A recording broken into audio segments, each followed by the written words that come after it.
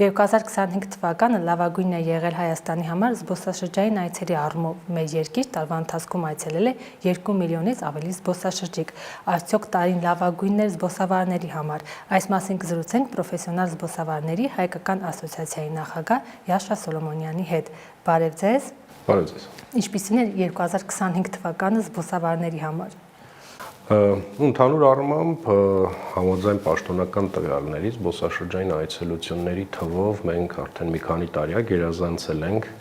հայկական զբոսաշրջության համար լավագույն տարին 2019 թիվը, բայց մի բան է քանակական աճը, լրիվ այլ հարց է որակական աճը։ Իրականում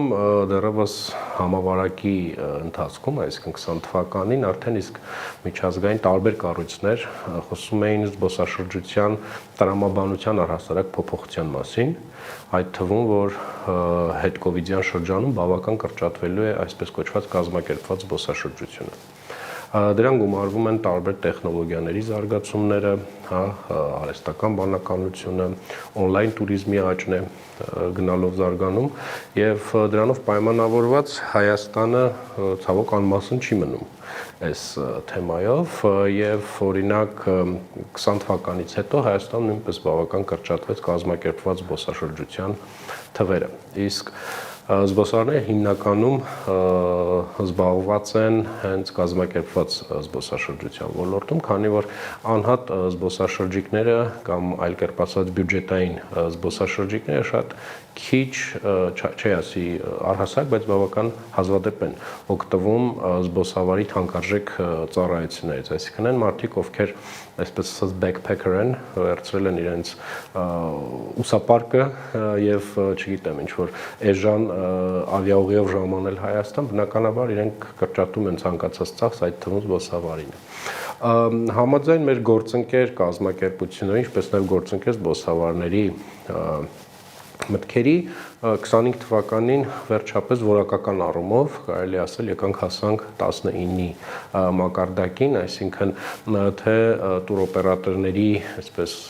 ասված տարեկան եկամուտը կամ շրջանառությունը եկավ հասավ 19 թվականին եւ թե զբոսավարների զբաղվածությունը։ Մենք 25 թվականին ունեցանք բազմաթիվ դեպքեր, հատկապես պիկ սեզոնին, եւ տարբեր լեզուներով մասնագետներ գտնելու հավանականությունը հավասարվեց 0-ի։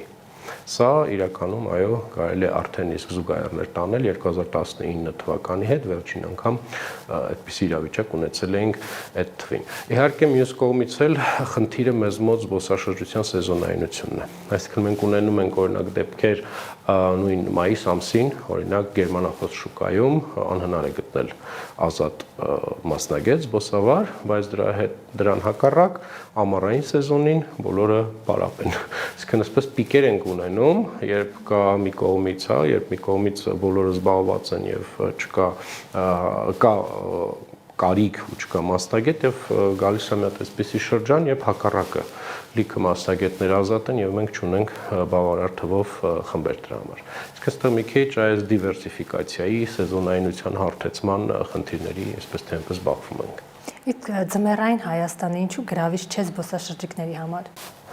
Փորձեմ հարցին նախ մի կես կատակ պատասխանել, երբեմն ձմեռային Հայաստանը Հայաստանի քաղաքացիների համար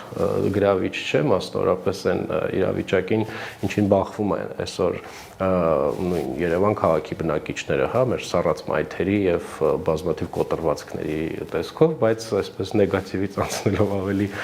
դրականի, Հայաստանը գրավիչ է ցանկացած սեզոնի, այսինքն այն բնաշխարհը, այն հարուստ պատմական ժառանգությունը, այն չեմ վախենա ասել լավ որակի ծառայությունները, որոնք առաջարկվում են Հայաստանում, իհարկե չեմ սիրում երբեք գերագնահատել մեր հնարավորությունները, բայց զուգահեռ տանելով տարբեր ձմեռային туриզմով հայտնի թե մեր տարածաշրջանոթի աշխարհում երկրներ, պետք է ասեմ Հայաստանը ոչինչով չի զիջում։ Այլ հարց է իհարկե բնակլիմայական տարբեր պայմաններ, դիցուք մենք ցավոք չենք կարող պլանավորել ձմեռվա արևի ջերմությունը եւ հասկանալ թե մեր լեռնադահուկային կետերում մենք կունենանք բավարար քանակի ձյուն թե չէ, Քանի որ օրինակ այս տարի սեզոնի սկզբին ես գիտեմ, որ մեր լեռնադահուկային կուրորտներից մեկում լուրջ խնդիր կար։ Իսկն մի կողմից արհեստական ձյուն էր կազմակերպվում, որպեսզի սահողիները աշխատեն, բայց մյուս կողմից օդի ջերմաստիճանը այնքան բարձր էր, որ այդ ձյունը շատ արագ վերածվում էր ցեխի մի կոնկրետ ժամանակ, հա։ Իսկն կան երևույթներ, որոնք մեզնից կախված չեն, որոնք կառավարելի չեն խոշոր հաշվով, բայց մյուս կողմից էլ այո, ձմեռային туриզմի մասով մեծ գործ կանելու մարքեթինգի տեսանկյունից, հա, այսինքն երկիրը այդ ոլորտում միջազգային շուկայում դիրքավորելու տեսանկյունից եւ այստեղ իհարկե հսկայական կառավարչական տեսանկյունից անելիքներ կան եւ իհարկե ներդրումային անելիքներ կան։ Օրինակ զբոսավարներից շատերը առաջարկում են գործարարական туриզմը զարգացնել ձմռանը, այսինքն հիմնականում կոնֆերանսներ կազմակերպվեն, գիտաժողովներ, բայց արդյոք չեն գա օրինակ, եթե կազմակերպվում է Դիլիջանում, կգան Դիլիջանում, բայց այլ տեղեր չեն գնա, ավելին կարծեմ ծախսերը հոգում հենց կազմակերպող կողմը, այլ մեր օգուտը ո՞րն է լինելու այս դեպքում։ Տեսեք, մայիս туриզմը կամ կորպորատիվ туриզմը, նույն ինքը բիզնես туриզմը, իհարկե շատ լուրջ մասնաբաժին ունենար հասարակ համաշխարհային զբոսաշրջության գնագոյացման եւ արդյունքի մեջ եւ ուրախություն մեզ Հայաստանը նույնպես անմասն չի մնում, հատկապես վերջին տարիներին տարածաշրջանային զարգացումներով պայմանավորված, մասնապես Ռուսաստանի Դաշնությունից մենք բավական շատ արդեն սկսում ենք ստանալ կորպորատիվ խմբեր, ինչի եթե նախկինում տվյալ հայտնի կազմակերպությունները իրենց արտագնա հանդիպումները, տարբեր ֆորումները իրականացնում են Եվրոպայում, այսօր իրենք այդ հնարավորությունը չունեն եւ այդ տեսանկյունից մենք շահեկան դիրքում ենք հայտնվում նախ օդային ուղիներն են բաց Հայաստանի հետ, փաստաթղթային առումով խնդիրներ չկա, ներքին անձնագրերով կարելի է գալ եւ համեմատաբար ավելի մատչելի է մեր երկիրը։ Եվ այո, կորպորատիվ туриզմը, չնայած որ ինքը էականորեն տարբերվում է, այսպես դասական զբոսաշրջությունից, բայց միևնույն է, նույնպես բավական մեծ քանակով ֆինանսական հոսքեր է ապահովում դեպի պետության բյուջե եւ մյուս կողմից իհարկե ապահովում է զբաղվածություն այդ ոլորտի աշխատակիցների համար։ Էլի կկրկնվեմ, միգուցե ինքը տարբերվում է դասական туриզմից, միգուցե այո կորպորատիվ туриզմից, չգիտեմ, X վայրում գաթածախող տատիկը չունի եկամուտ, որովհետև հա այդ մարդը գալիս է 2-3 օր հենց հյուրանոցում իր ֆորումներն անցկացնում եւ գնում, բայց իր վճարած բյուջեից այդ տատիկը հաստատ, չգիտեմ, թոշակային ֆոնդում է գումար ստանալու կամ չգիտեմ, այլ սոցիալական ծառայությունների տեսքով է գալու։ Այստեղ շատ հետաքրքիր մի հատ պահ ոնց որ կա, որ շատ հաճախ ու ճիշտ է այդպես, որ մենք կոնկրետ ոլորտներից, այս դեպքում խոսում ենք զբոսաշրջությունից, պետք է միշտ տարբերակենք ուղիղ եւ անուղղակի օգուտները, հա, կամ ուղիղ եւ անուղղակի եկամուտները այդ ոլորտից։ Դրա համար ես շատ դրական եմ վերաբերվում կորպորատիվ туриզմին, ասեմ ավելին, ինքը քիչ ռեսուրս ծախսող եւ շատ եկամուտ գեներացնող ճյուղերից է այս ոլորտի։ Անուղղակի օգուտ տալիս են նաև համաշխարհային աստղերի համերգների հետևանքով զբոսաշրջիկների այցը Հայաստան, որովհետև էլի իրենք որևէ տեղ չեն գնում, մեկ օրով գալիս են եւ հեռանում են։ Տեսեք, այստեղ եթե խոսում ենք իրադարձային туриզմի մասին, հա, կամ անգլերեն տերմինը event tourism-ն է, որի շրջանակներում այո նաև այսպես համերգների կազմակերպումն է դրան վերաբերվում, փառատոների կազմակերպումը, ինչ որ միջազգային խորհրդաժողովներ եւ այլն, սրանք բոլոր կարելի է տեղավորել կոնկրետ իրադարձային туриզմի տակ,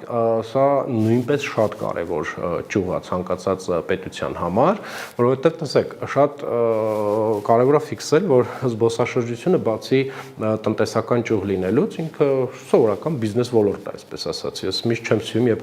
գերագնահատում ծաղկացնում են զբոսաշրջության դերը, որովհետև ինքը առավել չէ, քան գյուղատնտեսությունը, բայց ոչ էլ պակաս է, քան, չգիտեմ, տեղեկատվական տեխնոլոգիաների ոլորտը։ Բայց միևնույն ժամանակ ի տարբերություն այլ ճյուղերի, զբոսաշրջությունը իր մեջ ունի շատ մի հատ կարևոր կոմպոնենտ, որը ոչ բոլոր տնտեսական ճյուղերին է հատուկ։ Այսպես կոչված փափուկ ուժ է։ Այսինքն զբոսաշրջությունը իր մեջ պարունակում է փափուկ ուժի հնարավորություն, այսինքն մեզ տալիս է հնարավորություն մեր երկիրը PR անելու, մեր երկրի իմիջը ըստ մեր ցանկության եւ ճաշակի եւ կարիքների միջազգային ոլորտում դիրքավորելու։ Եվ այդ մասով, այսինքն երկրի զբոսաշրջային իմիջի, երկրի ճանաչելիության բարձրացման տեսանկյունից բնականաբար տարբեր այսպես ինֆլուենսերների ներգրավումը, դա կարող է լինել երկչի տեսքով, ինչ որ երաժշտական խմբի, դերասանի, ինչու՞ չէ, ինչ որ քաղաքական գործչի, ասենք չգիտեմ, օրինակ, երբ որ քո երկիր այցելում է X երկրի վարչապետ,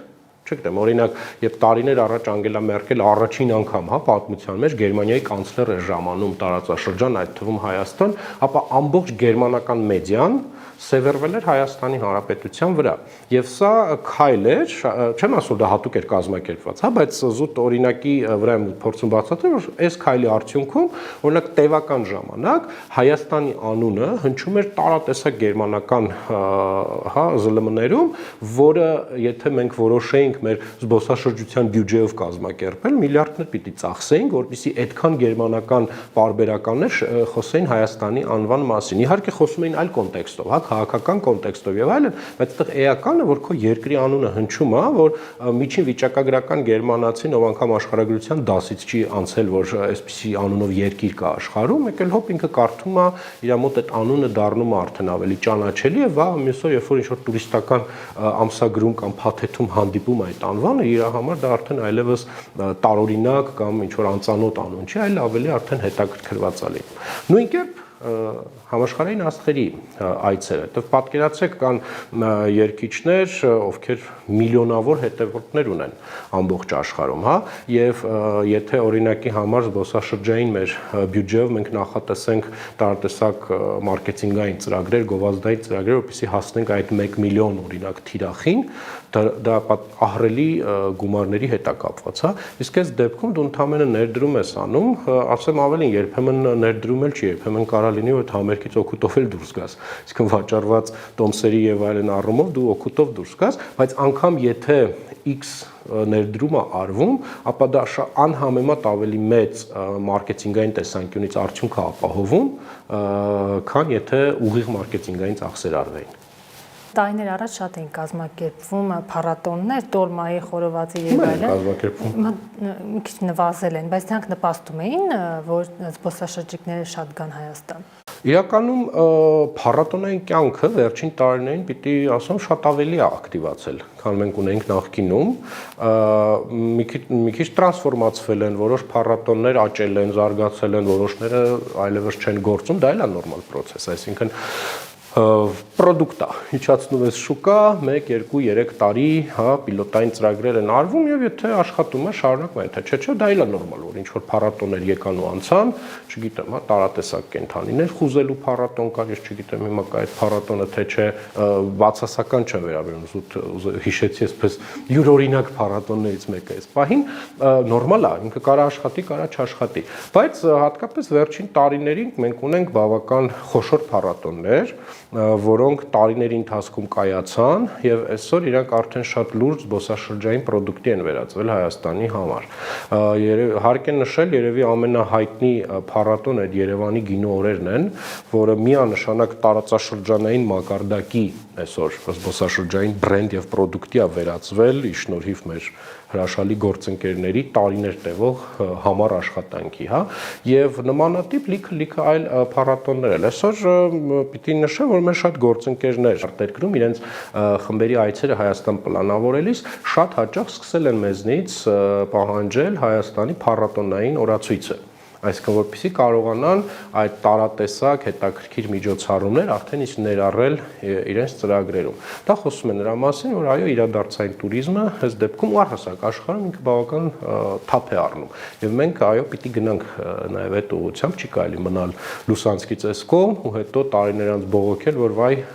մարդ չեկավ, վայ մեզ չեն նկատում եւ պետք է տրենդերին հետևել, պետք է տենդենսների մեջ մնալ։ Զբոսաշրջությունը ինքը շատ արագ փոփոխվող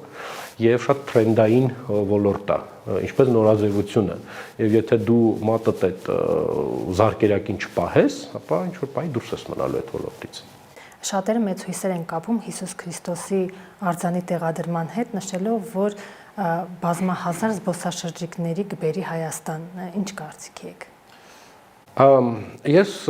տվյալ պրոյեկտի հետ ի սկզբանե ունեցել եմ շատ հստակ կարծիք եւ դա չի փոխվում ինձ մոտ։ Կրոնական զբոսաշրջությունը ինքը աշխարհում գնալով նվազում է։ Մասնավորապես եթե խոսքը քրիստոնեական զբոսաշրջության մասին է, հա, այսինքն գնալով իր տեղը զիջում է զբոսաշրջության այլ ուղղությունների եւ ոլորտների, դիցուք, չգիտեմ, վերջին տարիներին շատ մեծ թափով ակտիվանում է հենց ակտիվ туриզմը, այսպես կոչված adventure туриզմը, որի կարևոր կոմպոնենտներից մեկն է քայլարշավային туриզմն է։ Եվ զոհաբերելով մեր Հատիս լեռը այս ծրագրին, ես վստահ չեմ, միգուցե տեսեք, չեմ բացառում եմ փաստ, որ այո կարող է եւ ունենա ինչ որ կերպ ազդեցություն։ Բայց մյուս կողմից ես դեռևս այս պրոյեկտի նախնական փուլում հետազոտական նյութ էի հրապարակել առայն, որ այն հսկայական գումարները, որոնք ծախսվում են տվյալ պրոյեկտի շրջանակներում, եւ եթե այդ պրոյեկտի իրական նպատակը Հայաստանի ճանաչելիությունը աշխարհում բարձրացնելն էր, ապա այսպես ասում մեկ գումարած մեկ հավասար է երկու, այսպես պարզ տերմինոլոգիայով ես բացատրեցի, որ այդ հսկայական ծախսերը, եթե ուղղվեին Հայաստանի արտաքին գովազդի եւ մարքեթինգին, ապա դրանից եկած արձագանքը միջազգային անհամեմատ ավելի մեծ կլիներ, որովհետեւ տեսեք, մենք կարող ենք 1000 բան կառուցել, բայց հետո այդ 1000 բանը նաեւ պիտի գովազդենք։ Հասկանում եք, այսօր մենք օրինակի համար ունենք աշխարհում Գինեսի ռեկորդների գրքում գրանցված տաթևեր ճոպանուղին։ Դա զբոսաշրջային լուրջ պրոդուկտ է, չէ՞։ Իսկ ինչ ունենք մենք իրականում։ Տաթևեր ճոպանուղին վերջին տարիներին տարեկան այցելությունը չի գերազանցել 4000 մարդը։ Օրինակ։ Այսինքն ինչ է ստացվում։ Մենք ունենք այդ պրոդուկտը, բայց այդ պրոդուկտի մասին գրեթե ոչ մեկ չգիտի արտերկրում, կամ եթե անգամ գիտեն էլ, ապա հավանականությունը, որ մարդը գումար կծախսի, որ ինչա թե ինչ որ ճոպանուղի նստի կիլոմետրեր, հա, հազարավոր կկտրի կգա, չէ, կամ որ մարդը հազարավոր կիլոմետրեր կկտրի կգա կհասնի Հայաստան, ինչա թե որ տեսնի ինչ որ ժամանակակից Քրիստոսի արձան, մի աշխարհում, որտեղ կրոնը արդեն 3-4 տեղում է գտնվում առհասարակ սոցիումի կյանքում, տեսեք, մենք պիտի մի բան հասկանանք, Հայաստանի զբոսաշրջությունը սպառողները այդ հիմնականում զարգացած երկրներն են։ Եվ զարգացած երկրներում բնակվող կոնկրետ շերտերի մարդիկ, այսինքն միջին եւ ավել եկամուտ ունեցող մարդիկ, ովքեր մեծամասամբ չեմ բոլորի մասին չեմ խոսում, բայց մեծամասամբ առանձնապես այսպես կրոնական կյանքով չեն ապրում եւ նրանց Հայաստան գալու նպատակը ամենևին քրիստոնեությունը չի, այո դա պատճառներից մեկն է, որ քրիստոնյա երկիր է, ապահով երկիր է եւ այլն եւ ունի հսկայական քրիստոնեական ժառանգություն, սա չի կարելի որևէ կերպ չնկատել, բայց մարդիկ կրոնական туриզմի չեն գալիս եւ հավանականությունը, որ չգիտեմ Շվեյցարիայում բնակվող Հանսը կնոջը վերցնելու եւ հատուկ փաթեթ առնի, ինչա թե գա տեսնի Հատիս լեռան վրա կանգնած ինչ-որ նոր արձան, չգիտեմ շատ բարդ դա պատկերացնել է, նույն այդ կերպ տեսեք, եթե չեմ սխալվում, Հայաստանում թվով 3-րդ կամ 4-րդ նման պրոյեկտ արվում, այս չի որ մենք աշխարհում առաջինն ենք, հա, այնպես էլ չի որ Ռիոյում տեղադրված արձանը միակն է,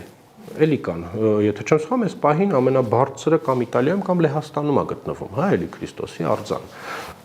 Արդ հարց մեր հայրենակիցներին, գիտենք, վերջին տարիներին դեպի Իտալիա այցելը բավական մեծացել են Հայաստանից։ Խնդրում եմ տեսնել Իտալիա այցելող որևէ հայ, ով գնացել է որ հատուկ նկարվի Իտալիայում գտնվող Քրիստոսի արձանի մոտ։ Չկա։ Կամ մարդ ու մտքով երբևիցե կանցնի գումար ծախսել մեկնել Լեհաստան, որպեսզի տեսնի այս պահին աշխարհում ամենաբարձր Քրիստոսի արձանը։ Չգիտեմ, պարզ տրամաբանական հարցադրումներ են եւ չեմ կարծում Հայաստանի դեպքում, հա, ինչ որ ներքին միգուցե քաղաքական, միգուցե չգիտեմ, այլ եւ այլ հարցեր փորձի սպասարկել այդ պրոյեկտը, բայց միշտ խնդրել եմ ու ելի եմ պնդում, որ զբոսաշրջության քողի ներքո այս պրոյեկտը չներկայացվի Իսեր Աստծո։ Հայաստան այցելող զբոսաշրջիկները հիմնականում որ ուղղություններն են նախընտրում եւ ինչու։ Ընդհանուր վերցրած այս բան Հայաստանի զբոսաշրջային արդյունքը առաջին տեղում մշակութային զբոսաշրջությունն է, հա, այնուհետև գալիս է ակտիվ զբոսաշրջությունը, հետո գաստրո, էնոտուրիզմը եւ այլն, եթե խոսենք տարածաշրջանային տեսանկյունից, ապա բնականաբար ամենաայցելվող վայրը Երևանն է, մայրաքաղաքը, դա նախ կապված է նրա հետ, որ զբոսաշրջային հոսքերի ճնշող մեծամասնությունը օդային ճանապարհներով է գալիս, օդանավակայանով, դեպի բոլորը առաջնահերթ Երևան են գալիս։ Նաև չհաշված որոշ քանակի զբոսաշրջիկներ, ովքեր սահմանային, հա, ասենք Վրաստանի կողմից կամ Իրանից են գալիս։ Առաջին տեղում շարունակում է մայրաքաղաքը մնալ եւ մայրաքաղաքի, այսպես ասած, 60 կիլոմետր ռադիուսով գտնվող հուշարձանները։ Այդ նույն Գառնիի տարածքն է, Գեղարդավանքն է, Մայրաթորն է, չգիտեմ, հա, Սևան, Դիլիջան, միգուցե Խորվիրապ, մինչեւ Նորավանք, այսինքն կենտրոնական հատվածը երկրի ինքը շարունակում է մնալ ամենաակտիվ այցելվող վայրը։ Այնուհետև բնականաբար, եթե ավելի այսպես ընդլայնվում են, իհարկե Գյումրին էլ է կարելի ներառել այս շրջանակի մեջ, Սյունիք, Լոռի, Տավուշ, այս են 3 ամենասիրված մարզերն են մեր զբոսաշրջիկների կողմից, հատկապես եվրոպացի զբոսաշրջիկների կողմից, իհարկե ցավոք սրտի վերջին տարիներին տարատեսակ որոշ չափով մանիպուլյացիոն հրապարակումները նույն Սյունիքի մարզի մասով, թե մեր ներքին լսարանում, թե արտաքինում, ցեք շատ կարևոր մի հատ բան պիտի հիմա ասեմ, որ կոնկրետ շատ հաճախ մեր ներքին սպառման համար գեներացված ինֆորմացիան, որը արվում է տարատեսակ քաղաքական եւ ոչ քաղաքական նպատակներով, ունենում է շատ լուրջ ազդեցություն զբոսաշրջային հոսքերի վրա։ Տեսեք, մենք որպես տուրիստական product-ի ստեղծող անում ենք ամեն ինչ, որպեսզի մեր զբոսաշրջիկը, կոնկրետ ես իմ մասին եմ խոսում, անպայման գնա Սյունիք։ Ես անում եմ ամեն ինչ դրա համար, չունեմ որևէ ծրագիր, որտեղ Սյունիքը ներառված չլինի։ Սա ինձ համար այսպես պրինցիպիալ հարց է։ Ասեմ ավելի, վերջին տարիներին մենք ընտանիքով անընդհատ ամանորը նշում ենք Սյունիքում, Գորիսում եւ այլն, բայց ինչ է ստացվում։ Ծրագրում դու ներառում ես այդ կետը, ուղարկում ես քո արտասահմանյան գործընկերոջը, ինքը հետ է գալիս քեզ մոտ հարցումը, որ գիտես, ասում են, որ տվյալ մարզը անվտանգ չէ, եւ դու ասում ես, ով է ասում, եկել ինքը քեզ ուղարկում է այսպես մի հատ հղումների մի հատ շարք քո իսկ տեղացի լրատվամիջոցներից։ Ասում ահա, այս լրատվականը սա է գրում ձեր երկրում։ Ասում հիմա դու ինձ ոնց ես համոզելու, որ ես մարդ տանեմ տվյալ մարզ։ Սա շատ կարևոր է, որ մենք շատ զգույշ լինենք, անկախ մեր քաղաքական նպատակներից եւ ընկալումներից, մենք շատ զգույշ լինենք այդ որակումների մեջ, որտեղ դրանով մենք շատ հաճախ հարվածում ենք տվյալ մարզին։ Այստեղ խոսքը զբոսաշրջության մասին չի, այստեղ հարյուրավոր, հազարավոր աշխատատեղերի մասին է։ Երբ որ Գորիսի հյուրանոցները 2 տարի շարունակ դատարկ էին, պատկերացնում եք, քանի 100 ընտանիք էր կտրվում, հա, այդ ֆինանսական միջոցներից, բայց ամեն դեպքում շեղվելով ձեր հարցադրումից, հա, ավելի քիչ քանակով, բայց ավելի հեռավոր մարզեր նույնպես ներառվում են ծրագրում, բայց եթե այսպես թոփ կազմենք, ապա Երևան, Գառնի, Գեղարդ, Մայրաթոր, Էջմիածին, Սևան, Դիլիջան, այսինքն ամենաթոփ ուղղություններն են զբոսաշրջության ոլորտում։ Զբոսաշրջիկների եւ զբոսավարների ուշադրության կենտրոնում են մեր պատմամշակութային հուշարձանները, հատկապես կենտրոնանք օրինակ ամրոցների բերդերի ուղղությամբ։ Ցավոք մենք շատ չունենք ամրոցներ, որպեսզի կարողանանք որպես product վաճառել։ Տվյալ պահին կարող եմ նշել կոնկրետ 3 ամրոց կամ բերդաքաղաք, որոնցից մեկը հա Լոռե բերդը, որոնք քիչ թե շատ վաճառվում են տուրիստական փաթեթներում, այդ Ամբերդն է, Դաշտադեմի ամրոցը եւ Լոռի բերդը։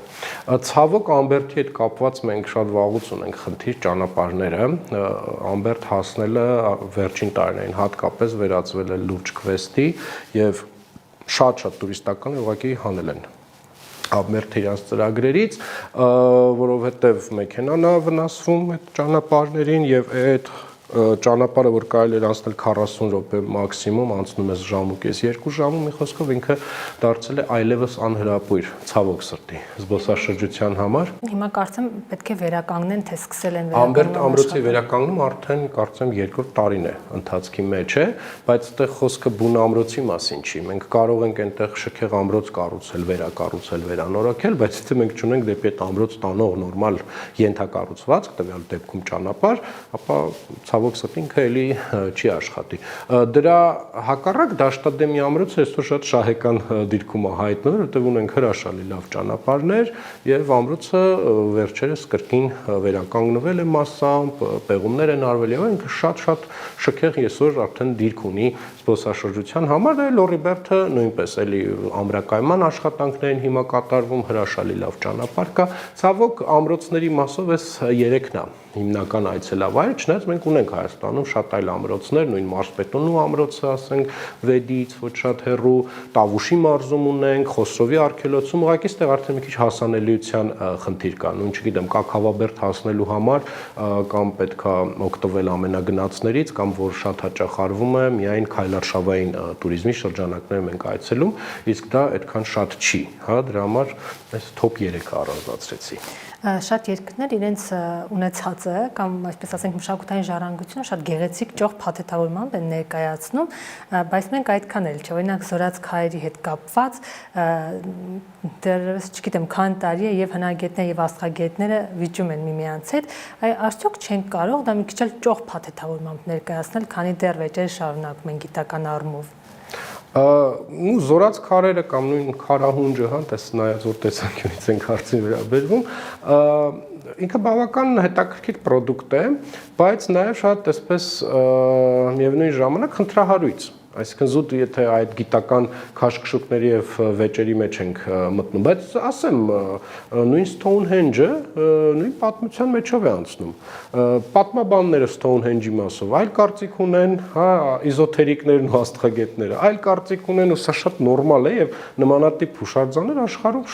շատ կան։ Ուղղակի մենք հայերս շատ էմոցիոնալ ենք, մենք շատ այսպես մաքսիմալիստ ենք, հա, մենք այսպես սև ու սպիտակներ ենք, հա, որտեվ եթե դու դա ասեցիր քարահունջ, ես ունեցել եմ նման խնդիր անկեղծ ասած հենց Զորաց քարերի տարածքում, երբ պեղումներ էին իրականացվում այնտեղ տեղում, ես գերմանացի զբոսաշրջիկների հետ ընտեղ եւ ցանկացած զբոսավարի խնդիր օբյեկտիվ իրականությունը ներկայացնելն է, իսկ օբյեկտիվ իրականության մեջ կան տարբեր կարծիքներ։ Հետևաբար դու պարտավոր ես ներկայացնել բոլոր հնարավոր կարծիքները տվյալ օբյեկտի հետ կապված եւ շատ հաճախ զբոսաշրջիկը ինքն է որոշում, որ տարբերակներ են ավելի հետաքրքիր եւ հաճելի։ Եվ բնականաբար ես ներկայացնում եմ պատմությունը եւ Զորաց քարերի, եւ քարահունջի, եւ հերունիական տեսանկյունն եմ ներկայացնում, եւ ասենք, չգիտեմ, այնտեղ Բաչկարյովի եւ այլն, իհարկե նաեւ հնագիտական տեսանկյունն եմ ներկայացնում։ Բայց ցավոք տվյալ հնագիտական արշավախմբի ղեկավարը, հիմա չեմ ուզում անուններ տալ, ով գիտի, իմ գերմաներեն խոսքի մեջ բռնեց քարահունջ արտահայտությունը։ Մինչ այդ չլսելով, որ նաև Զորաց քարեր արտահայտություններ օգտագործել եւ ինքը անմիջապես ենթադրեց, ես ինչ եմ խոսում, այսպես շատ ագրեսիվ տոնով, անգլերենով հարձակում գործեց ինձ վրա խմբիս ներկայությամբ, շատ անախորժ իրավիճակ ստեղծեց, հա, որովհետեւ ես չէի ուզի, որ իմ երկրի գիտնականը այդ լույսի ներքո ներկայանար բավական հարգարժան զբոսաշրջիկներ եւ ասեմ միանգամից զբոսաշրջիկների մոտ նեգատիվ վերաբերմունք ձևավորեց իր հանդեպ իր իսկ խելքից ելնելով, հա, իսկ մենք այսպեսին ենք, մենք մաքսիմալիստ ենք, մենք ամեն հարցում ենք սև ու սպիտակի բաժանում անում եւ դրանից տուժում ենք մենք ինքներս, այս ամբողջ խնդիրը։ Իսկ այո, ես համամիտ եմ, կա գիտական կարծիք քարահունջի Զորաց քարի մասին, իսեր Աստծո դա ոչ մեկ չի ժխտում, բայց կա այսպես հետաքրքիր մարքեթինգային էլեմենտ, որով մենք կարողանում ենք այդ օբյեկտը վաճառել, իսեր Աստծո թողեք վաճառենք, դա ոչ մեկին չի վնասում, ես չեմ խոսում հակագիտականության մասին, ես գիտնական չեմ, գյուղացի մավելը, չգիտեմ, գիտնական չի, իսեր Աստծո ինքը հազար կարծիք կարող է ունենալ, այլ բան է, եթե պետական մակարդակով, հա, հակագիտական թեզեր սկսեն պրոպագանդվել կոնկրետ օբյեկտի մասով, հա, այստեղ խնդիր կունենանք, բայց թողեք գովասնենք հիմա туриզմ ենք անում, օբյեկտ ենք վաճառում, հիմա տեղում ասում ենք էլ որ երկու տարբերակներն էլ կա, իսկ ստե որևէ ինչ-որ հակաօրինական եւ հակագիտական բան չի արվում, պետք է ավելի մի քիչ թեթև վերաբերվել, էլի մի քիչ ավելի թեթև վերաբերվել այս հարցերին։ զբոսաշրջիկներին զարմացնում է մեր վերաբերմունքը հենց մեր պատմամշակութային ժառանգության, ես դա հարց հենց այնպես չեմ տալիս, օրինակ երբ գնում եք Էրեբունի ամրոց, որում Forbes ամսագիրը ընդգրկել է 9 լավագույն ամրոցների շարքում եւ ամենահին ամրոցների շարքում, բայց գնում ես Էրեբունի ամրոց, ամբողջովին սրտիկներ, չգիտեմ, անունները գրված, իսկ մենք մեր սեփական մշակույթը եւ պատմությունը սիրել չգիտենք, մենք սեփական ամրոցը ենթարկում ենք վանդալիզմի։ Իրենք որ դա տեսնում են, ինչ են ասում։ Գիտեք, չեմ ուզում հիմա արդարացնել մեր վատ կողմերը, ինչ որ զուգահեռներ տանելով, բայց վանդալիզմը ամենտեղ կա։ Ասեմ ավելին, միտեղ ավելի շատ կա, քան Հայաստանում, միտեղ ավելի քիչ կա, քան Հայաստանում, հա, բայց այն որ վանդալիզմը ամենտեղ կա, ցավոք սրտի դա մեր իրականությունն է։ Այսօր նույն զարգացած երկրներում շատ հայտնի հուշարձանների տարածքում այնպիսի վանդալիստական երևույթների կարելի է հանդիպել, որ ուղղակի ապշում ես։ Եվ դու տեսնում ես զբոսաշրջային փաթեթում գեղեցիկ, հա, հայտնի հուշարձանի լուսանկար եւ հասնում ես տեղ լրիվ ուրիշ իրականության մեջ ես հայտնվում կողք ու շուրջ բոլորը տեսնելով։ Բայց ելի եմ կրկնում, չեմ ուզում արդարացնել մեզ, որտեվ եթե մենք ունենք այդ մտայնությունը աստվածատուր եւ յուրօրինակ ազգ լինելու, ապա բոլոր ոլորտներում դա պիտի դրսևորենք։ Բայց ես ուզում եմ, որ մենք մի կարևոր բան էլ հասկանանք։ Բոլորը չէ, որ ունեն նույն կրթական ցենզը հասարակության մեջ։ Բոլորը չէ, որ ունեն հայրենասիրության նույն ընկալումը եւ հայրենաճանաչության նույն մակարդակը։ Այստեղ խնդիրը ավելի շատ վերահսկողական է։ Գիտեք, անգամ ամենազարգացած երկրի, ամենազարգացած քաղաքի, ամենազարգացած կենտրոնում, եթե աչքաթող արվի կարևոր ինչ-որ մի բան, շուտ թե ուշ գտնվելու է ինչ-որ մեկը, ով տվյալ օբյեկտը օգտագործելու է ոչ իր նպատակներով եւ վնասելու է կամ ինչ-որ բան անելու։ Իսկ այստեղ մենք ունենք վերահսկողական, պարզ կառավարչական խնդիր։ Ես վերջերս հրապարակում էի արել Զվարթնոցի հետ կապված, ինչ եմ ես զուգահեռը տան, թե Էրեբունին էլ պատմահնագիտական հուշարձան է, այսինքն ինքը թանգարանի մասը, այնտեղ մուտքը տոմսով է եւ այլն, ինչպես եւ Զվարթնոցը։ Եվ ինչ որ մի չեմ ուզում ազգությունը շեշտել այստեղ, որովհետեւ դա այդքան կարեւոր չի, ինչ որ մի բլոգերուհի շատ այսպես վուլգար եւ կարելի ասել կիսամերկ հագուստով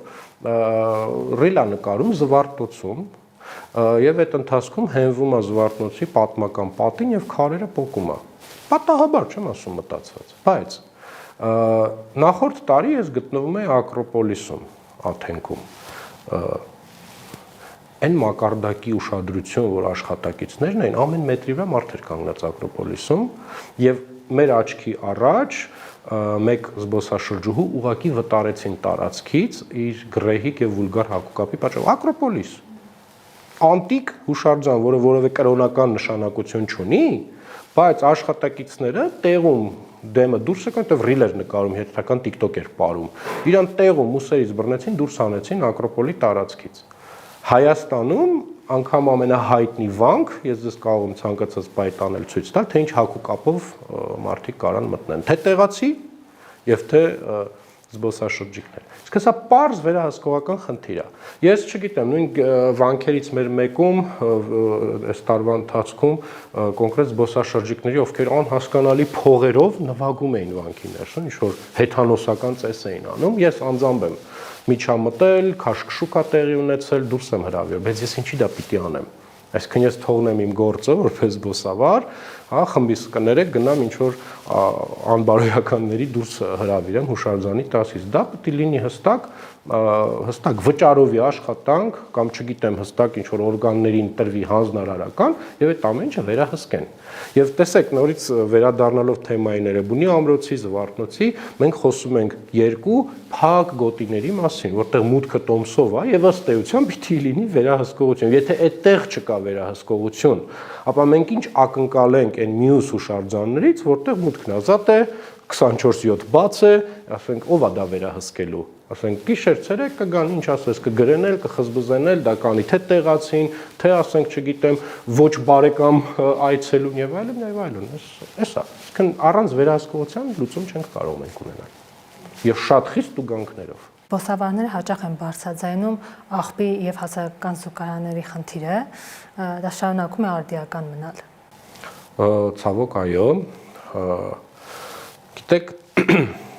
այս հարցին եւ այսպես պատասխանեմ, չի կարող մի միջավայր լինել զբոսաշրջիկի համար հարմար, եթե այն հարմարեցված չէ տվյալ երկրի քաղաքացիներին։ Եթե մեր մայթերը, մեր թեքահարթակները մեզ համար անհարմար են, իրենք չեն կարող հարմար լինել զբոսաշրջիկի համար։ Եթե Երևանում բնակիչը, չգիտեմ, տարատեսակ գետնանցումներում եւ այգիներում է իր բնական կարիքները հոգում, որտեղ պարզունակ մենք չունենք Երևան քաղաքում քաղաքային զուգարանների մշակույթ, չկա։ Խոշորացույցով պիտի ընկնես մանգաս քաղաքում, եթե գտնես էլ հարցը ինքը օգտագործման ենթակա կլինի թե չէ, սանիտարահիգիենիկ տեսանկյունից, մենք այդ մշակույթը չունենք։ Հետևաբար այդ խնդիրը, քանի դեռ մենք որպես հասարակություն մեզ համար չենք լուծել, ինքը անլուծելի է շարունակելու մնալ ցանկացած այցելուի եւ զբոսաշրջիկի համար։ Խնդիրը առկա է աղբանության, նույն աղբանության խնդիրը։ Եթե մենք մեր հասարակության համար աղբանության պատշաճ եւ աղբի վերամշակման խնդիր չենք լուծել, ապա երկիրը շարունակելու է լինել աղբի մեջ կորած, աղբավայրերը շարունակելու են այրվել եւ այդ ծուխը շարունակելու ենք շնչել նախ մենք, հետո զբոսաշրջիկը։ Եվ դրա համար ինձ համար որպես տվյալ ոլորտի փորձագետ եւ մասնագետ, նախ եւ առաջ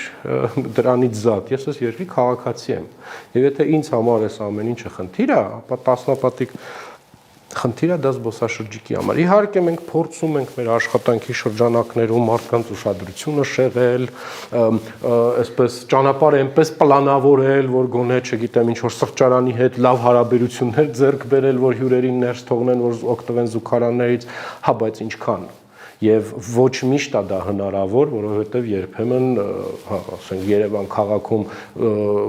որոշում ես ոդկով զբոսանք անել հյուրերիդ հետ, եւ ասենք կանգնում ես փաստի առաջ, որտեղ մարդիկ 1 ժամ հետո ինչ որ ուզում են, հա, կարիք առաջանում, ու չգիտես ինչ անես։ Ինչքան սրճարաններում կոֆե խմացնես այդ մարդկանց, ասենք մի օրվա մեջ, որպեսզի անընդհատ օգտվես տվյալ սրճարանների, ասենք, չգիտեմ, սանհանգույցից։ Սա գլոբալ խնդիր է մեր երկրում, չգիտեմ, երբ է լուծվելու, անկեղծ չգիտեմ։ 2025 թվականի հունվարի 1-ից զբոսավարները նաև որակավորման փուլ էին անցնելու, արդյոք դա ամբողջ ուժով իրականացվում է։ Այս պահին, տեսեք, կա զբոսաշրջության մասին օրենք, որը արդեն ընդունվել է կառավարության կողմից դեռևս 23 կամ 4 թվերին, մի խոսքով, բայց բավական երկար է տևում դրա կանոնակարգող մասը, այսինքն ենթաօրենսդրական ակտերի մշակումը եւ այլն, եւ արդեն իսկ նախորդ տարվա ավարտին, 25-ի ավարտին ենթաօրենսդրական ակտերը ներկայացվեցին կառավարության հաստատման։ Այս բանին ցավոք չունեմ դեռ տեղեկություն, թե դրանք հաստատվեցին, թե հետ ուղարկվեցին կոմիտե, հուսամ մոտակա օրերին արդեն տեղեկություններ կստանանք։ Ամեն դեպքում զբոսավարների որակավորման հարցը դեռ կտևի, այսինքն ենթադրում է, որ անգամ այս տարի դեռ թեմային չեն անդրադառնա, բայց թե ինչ դա կտա ոլորտին, դա հարցի լրիվ այլ կողմն է, որը բազմիցս եւ մեր զբոսաշրջության կոմիտեի գործընկերներին եմ բարձրաձայնել եւ առհասարակ ոչինչ չի տա։ Այսինքն ինքը օրենք է, որը մի փոքր էսպես փորձ արվում կանոնակարգել ոլորտը, բայց խոշոր հաշվով երկուստեք թե պետությանը, թե ոլորտին խոշոր հաշվով չի տա ոչինչ, բացի որոշակի ֆինանսական ծառաբեռնվածությունից, ամեն ինչ կմնա նույնը, ուղղակի մի քիչ թղթաբանությունը կշատանա, այն հայտնի անեկդոտի տեսանկյունից, որ ասենք։ Բայց մյուս կողմից էլ գիտեք, կարծում եմ, որ ամեն ինչ էլի այդ մաքսիմալիստական, հա, իմ հայկական բնույթն էր, այդ մաքսիմալիզմը, բայց այդ հենց փորձում մի կողմն էլ հասկանում եմ, որ բա ինչ որ կետից պետք է սկսել։ Այսինքն այսեն դեպքն է, որ օքեյ, օրենք է, իսկ օրենքը բան չի էլի, երբ ուզենք կարելի է դա փոխել եւ միգուցե 1-2 տարի արդեն հողի վրա իրան օգտագործելով կսկսի բարեփոխվել եւ ինչ որ մի օր մենք վերջապես կստանանք այն ինչի համար ասում ես ճանապարհը դուրս ենք եկել առհասարակ։ Դե ամեն մեկ օրինակ չի կարողանա այլևս զբոսաշրջիկ ընդունել, տանել, պտտել, չգիտես, էկզոտիկ ինչ որ բաներ պատմել։ Գիտեք, չէ, որովհետև թե մարդը ինչ է խոսում, դա որևէ կերպ վերահսկել անհնար է, հասկանում եք, այստեղ ամբողջ խնդիրը դրանում է։ Մենք կարող ենք 1000 հատ նման օրենքներ ընդունել, բայց ով է դա վերահսկելու եւ ինչպես։ Այսինքն ինչ ամեն քաղաքացու հետևից մարդ է քայլելու, որ տեսնի ինքը տուրիստին ինչ-որ բան է պատմում, թե չէ, անհնար է դա։ Հասկանում եք, այսինքն աշխարհի ամենաչգիտեմ խիստ անգամ երկրները միշտ գտնում են մարդիկ ամենածանր օրենքը անգամ շրջանցելու տարբերակ, որ թե մնաց նման օրենքները չշրջանցեն։ Իսկն հենց այստեղ է խնդիրը, որ ասում եմ խոշոր հաշվով բան չի փոխվելու, հենց դա նկատի ունեմ։ Քանի որ առհասարակ տեսանելի չէ վերահսկողական են հնարավորությունները, որոնք մենք ունենք։ Ամբողջ վերահսկողությունը թողված է տարեկային ծառայության վրա։ Կներեք, իսկ տարեկային ծառայությունը քանի լեզվով է խոսում։ Մենք այսօր մեր ասոցիացիայում միայն ունենք 17 տարբեր լեզուներով խոսող զբոսավարներ, հա 120-ից ավել զբոսավարներ եւ ընդհանրապես 17-ից ավել լեզուներով խոսող։ Տարեկը կորեերեն է խոսում, հունարեն է խոսում, գերմաներեն է խոսում, ինչ է հասկանալի, ես ինչ եմ պատմում իմ տուրիստին, հասկանում եք։ Հա, օքեյ, եկավ լիցենզիա ստուգեց, տեսա թուղթ ունեմ, բայց ես ինչ եմ խոսում, ոչ մեկ չի կարող վերահսկի։ Ու դա աշխարհում է բարդ նման բաները վերահսկել։ Այստեղ միակ տարբերակը, որպեսզի մենք ստեղծենք այնպիսի միջավայր, որ մարդիկ ցանկանան գալ եւ կրթվել։ Միակը սա է։ Կիրթ մարդը, գրագետ մարդը, հա, ինքը նման կիքսեր չի թույլ տա։ Ինքը ավելի, գիտեք, երբ որ մարդը հայրենա ճանաչա, երբ որ մարդը իր պատմությանը ծանոթ է եւ այլն, այստեղ արդեն վերահսկելու խնդիր չկա։ Մենք գիտենք մարդը կիրթ է, անգամ եթե ինչ-որ բան էլ մի պահի սխալ ասեց, այդ ոչինչ է, կարելի է դրա վրա աչք փակել, էս ամբողջ խնդիրը։ Այս օրենքով որոշակի նման հիմա փորձեր արվելու են, որպեսզի մենք տանենք մարդկանց դեպի կրթական ուղղությամբ, բայց դեռևս այն մակարդակի չէ, որ հանգիստ շունչ քաշենք եւ ասենք վերջ, հիմա բոլորը կրթված են, բոլորը միայն լավ բաներ ու ճիշտ բաներ են խոսելու։ Ամեն մարդ կարող է դառնալ եւ աշխատել զբոսավար, թե ինչ-որ հատուկ ունակություններ պետք է ունենան։ Տեսեք, ըստ էության ցանկացած մարդ կարող է աշխատել այս ոլորտում, բայց քանի որ ոլորտը ունի իր յուրահատկությունները, ապա մարդը գոնե բացի գիտելիքները, պիտի օժտված լինի որոշակի որակական հատկանիշներով։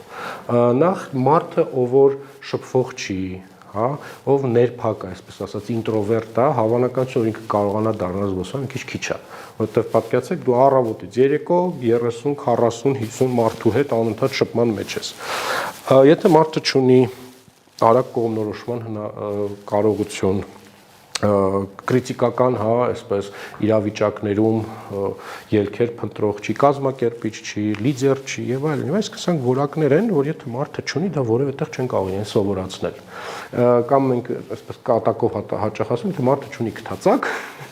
ապա ինքը որևէ ոլորտում լավ մասնագետ չի կարող դառնալ, այդ թվում զբոսավարության ոլորտում։ Այսինքն մի կողմից մեզ պետք են ֆիզիկական եւ մտավոր այսպես բնածին եւ լավ հնարավորություններ, որտեղ այո ֆիզիկական պատրաստվածությունը առավոտյան 7-ից մինչեւ երեկոյան 10-11 հաճախ դու անցկացնում ես ոտքի վրա ակտիվ շարժման մեջ եւ ինքը ֆիզիկապես շատ այսպես ծանր աշխատանք է։ Ու պլյուս այդ մտավորը։ Նոր դրանք կգումարվեն արդեն այն կրթական հսկայական ծավալները, գիտելիքների, առանց որի ուղղակի լինել զբոսավար անհնար է։ Զբոսաշրջիկների հետ երբ շփվում եք, իրենք ինչ են ասում, ինչպիսի պատկերացումներով են գալիս եւ ինչպիսի տպավորություններով են գնում։ Ի ուրախություն ինձ եւ մեզ պիտի ասեմ, որ հիմնական ֆիդբեքը, որ ստանում ենք մեր հյուրերից, գերակշռողը միշտ այնա, որ իրենք Հայաստանից ստանում են ավելին, քան սպասել են։ Եվ սա իհարկե շատ ուրախալի փաստ է, այսինքն շատ հաճախ մարդիկ չունենալով խոշոր առումով պատկերացում երկրից, ինչ պատճառներով գալիս են եւ այստեղից հեռանում են հիմնականում դրական տեսանկյունից շոկի մեջ, որտեղ Հայաստանը իրենց տալիս է միշտ շատ ավելին, քան պետք է։ Իհարկե այստեղ զբոսավարի դերն էլ շատ մեծ կապ ունի, հասկանում եք, նույն բանը մի զբոսավարը մի ձև կարող է վաճառել, մյուս զբոսավարը այլ ձև։ Բայց ճնշող մեծամասնությունը շատ գոհ են հեռանում երկրից եւ ելի ասում է դրական լույսի ներքո նայելով հարցին, պիտի ասեմ եւ սա ամենայն պատասխանատվությամբ Հայաստանում գործում են տարածաշրջանի լավագույն զբոսավարները։ Սա աներկբա փաստ է։ Հայաստանում սպասարկման մակարդակը անգամներ գերազանցումը անգամ շատ եվրոպական երկրների, մեր հատկապես Երևանի սպասարկումը, հա ռեստորանների, սրճարանների նման որակի, նման ջերմության սպասարկում, անգամ չգիտեմ, Եվրոպայի լավագույն քաղաքներում չես գտնի։ Մեր հյուրանոցային տնտեսությունները մեծամասամբ բավական լավն են, իհարկե ունենք ցավոք որոշ առումով խնդիրներ մարզային տարածաշրջաններում, բայց էլի խոշոր առումով գին որակ հարաբերակցությունը բավականին լավն է։ Էլ չասեմ այն հյուրասիրությունը մարդկանց, հասկանում եք, ես միշտ ասում եմ, զբոսաշրջության ոլորտի աշխատող են նաև հասարակ քաղաքացիները, ըստ էության, իրանք անուղղակի են աշխատում, այն փողոցում զբոսաշրջիկին ժպտացող անցորդը, չգիտեմ, ավտոբուսին զիջող վարորդը, հա, զբոսաշրջային ավտոբուսին զիջող վարորդը եւ այլն, իրանք բոլորը ստեղծում են այդ ընդհանուր վայբը, որից զբոսաշրջիկը այսպես վաու տրամադրությամբ հեռանում է երկրից։ Մեր օդանավակայանի աշխատակիցները, ասեմ, շատ հաճախ հենց այդ ֆիդբեքն ենք ստանում, որ ինչ լավ են մեզ դիմավորում ձեր երկրում։ Ասենք իջնում ենք հատկապես վերջին տարիներին, ասում եմ, երբ իջնում ենք, ասում եմ, ժպտացող, ասում եմ, այդքան քանակի աշխատակից միաժամանակ գիշերվա ժամը 4-ին նստած, ասենք, եվրոպացու համար դա շոկ է, էլի, որտեղ իրանց մոտ, չգիտեմ, հստակ ժամեր կա, ասում եմ, լուսադեմ ա եկել եք բոլորը զուգված, սիրուն, ժպիտով նստած դիմանում են, իսկ այս ամեն ինչը ասած ընդհանուր կոլորիտ է ստեղծում, մթնոլորտ է ստեղծում, որից մարդը գնում է հոգեպես, sense լիցքավորված ու բավարարված, ինչն էլ հենց զբոսաշրջության ըստ էության հիմնական նպատակն է էմոցիաներ տալ, էմոցիաներ վաճառել, հա, այդ տարբեր պրոդուկտների միջոցով դրական էմոցիա մարդուն տալ եւ ճանապարհել։ Իսկ կա պատմություն, որ իրենց ապշեցնում են։ Ոյ, շատ են այդ պատմությունները, որոնցից զբոսաշրջիկները զարմանում են, գիտեք, կախված է նաև թե որտեղից է զբոսաշրջիկը։ Եթե օրինակ, տեսեք, օրինակ ռուս զբոսաշրջիկին շատ հարցերով չես կարող զարմացնել, որտեղ ամեն դեպքում, հա, չգիտեմ, ավելի մոտ ենք մենք իրար պատմականորեն եւ մշակութային տեսանկյունից, բայց էլի լիքը հարցերում օրինակ ռուսները շատ զարմանում են, օրինակ երբ մեր պատմական Հայաստանից են տեղեկանում, ասեմ, իզարմանալին շատ զբոսաշրջիկներ հենց ռուս զարմանում են ցեղասպանության թեմայից, շատերը տեղյակ չեն դրա մասին։ Իհարկե, հա, այսպես եթե դարք туриզմի տեսանկյունից նայենք, այո, ցեղասպանության թեման ամենաշատ այսպես շոկային թեման է դառնում շատ հյուրերի համար, որովհետև շատ շատերը դրանից տեղյակ չեն լինում Հայաստան այցելելիս եւ տեղում հատկապես երբ այցելում ենք Ծիծեռնակաբերդի հուշամալիր եւ թանգարան, բազմաթիվ են եղել դեպքեր, երբ հյուրերը իրոք էմոցիոնալ շատ վատ վիճակում են դուրս եկել, այսինքն սա այսպես բացասական շոկի տեսանկյունից։ Դրական առումով իհարկե շոկը էլ ավելի մեծ է լինում, երբ սկսում են հայկական ճարտարապետությանը ծանոթանալ, տեսնել թե ասենք մենք 7-րդ դարում ինչեր էինք արդեն կառուցում, ինչից էինք տեղյակ, հայկական բժշկությանը ծանոթանալ, հա, մեր, չգիտեմ, միջնադարյան հայկական գրերին, գրականությանը, երբ որ մարդիկ նարեկացի եւ ֆրիկ են բացահայտում իրենց համար կամ քուչակի քնարերգություն եւ այլն, իհարկե շոկային է լինում, որտեղ շատ-շատերի համար, հատկապես արևմուտքից եկող, գիտեք, մեղավոր էլ չէ, որտեղ իրենց համար ոնց որ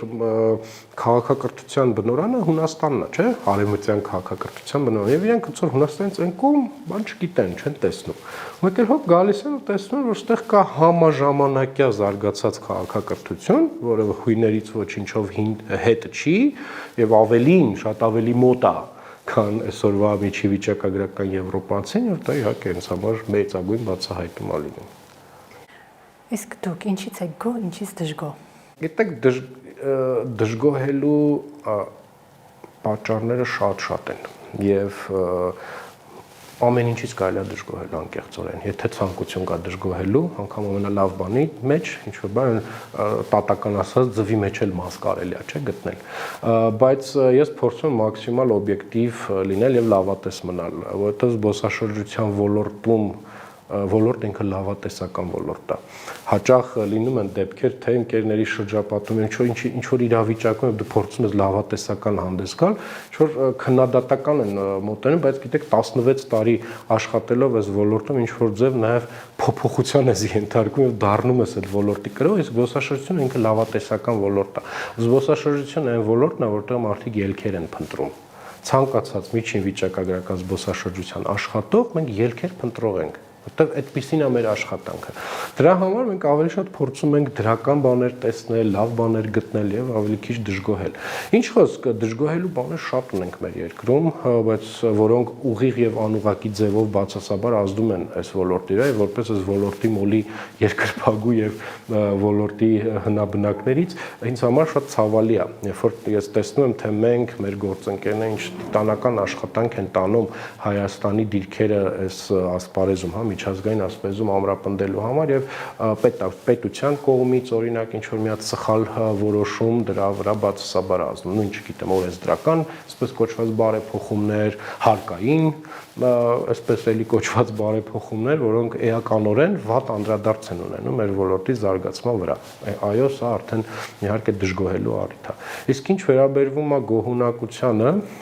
ես շատ ուրախանում եմ նախ եւ առաջ այն փաստով, որ Հայաստանը գնալով բացվում է աշխարհին ու նախ եւ առաջ օդային հաղորդակցության տեսանկյունից։ Գիտեք, երբ որ նոր է այս ոլորտում մատերի վրա կարելի էր հաշվել օդային հաղորդակցության ուղիներ։ Այսօր մենակ իմ ասենք թիրախային շուկայից, Գերմանիայից 4, 5, 6 տարբեր քաղաքներ ուղիղ կապ են հաստատել Երևանի հետ։ Ինձ համար դա իրոք ուրախալի փաստ է եւ չհաշված արդեն այն հարյուրավոր այլ ուղղություններ, որոնք բացվել են։ Եվ ես շատ ուզում եմ, որ Հայաստանը ի վերջո բացվի աշխարհին, ցույց տա իրան այդ աշխարհին, որտեղ գիտեք, այսպես փակված վիճակում բողոքել, որ մարդիկ քո մասին չգիտեն,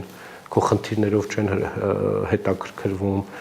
եւ այլն, սխալ է։ Մենք պիտի պատմենք մեր մասին, մենք պիտի ցույց տանք մեզ աշխարհին եւ դա պիտի անենք այդ թվում նաեւ նախ եւ առաջ զբոսաշրջության միջոցով։ Ու կուզեմ, որ այս մեսիջը մեր բնակիչներին նաեւ հասնի, որ հասկանան, որ զբոսաշրջությունը դա միայն գումար գեներացնելու ոլորտ չի, այլ վերադառնալով մեր խոսակցության սկզբից, սա փափուկ ուժի ոլորտ է եւ ամեն մեկս մեր մասով, նաեւ ցանկացած քաղաքացի կպիտի հասկանա, որ իր մի հատ խետ հայացքը զբոսաշրջիկին, իր մի հատ 1000 դրամ ավել գցածը այդ զբոսաշրջիկի տասնապատիկ վատ անդրադառնում է Հայաստանի իմիջի վրա։ Պետք է մենք մտածենք դրա մասին եւ ստեղծենք մեր երկրի համար յուրահատուկ իմիջ, որը կա, հասկանում եք, հյուրասեր, չգիտեմ, անվտանգ, բարյացկամ եւ այլն, մենք այդ իմիջը ունենք զբոսաշրջիկի աչքում եւ մի քանի այսպես մոզիների պատճառով հանգարց այդ իմիջի վրա բացասական անդրադարձ չլինի։ Նաև ճիշտ փաթեթավորմամբ երկիրը ներկայացնելու խնդիր։ Դե դա արդեն հա, ոնց որ արդեն կառավարության կողմից դա էլ իրանց այսպես այս պահին իրանց խնդիրն է, որպեսզի ամեն ինչ ճիշտ փաթեթավորվի, ճիշտ թիրախավորվի, ճիշտ երկրներում գովազդարվի, ինչու՞ չէ մի քիչ մարքեթինգային բյուջեն մեծացվի, մենք սարսափելի, ասեք շատ հաճախ քննադատություններ ենք լսում զբոսաշրջության կոմիտեի աշխատանքների մասին, մեր ոլորտի աշխատակիցները շատ են դրա մասին խոսում, բայց գիտեք, նախ ինչ-որ բան պահանջելուց առաջ մենք պիտի նայենք, թե մարդիկ ինչ հնարավորություններ ունեն։ Հայաստանի զբոսաշրջության կոմիտեի բյուջեն տարեկան, ասենք 10 անգամ ավելի քիչ է, անգամ եթե չեմ սխալվում 15 անգամ ավելի քիչ է, քան Վրաստանի բյուջեն եւ մի 50 անգամ ավելի քիչ, քան ասենք Ադրբեջանի բյուջեն։ Դա միայն զբոսաշրջության կոմիտեի բյուջեի մասին է խոսքը։ Եվ այդ բյուջեով այդ կոմիտեն ինչեր հրաշագործ չի, հա, ասենք շիդեմ տարեկան մի $600,000 ինչ կարելի անել։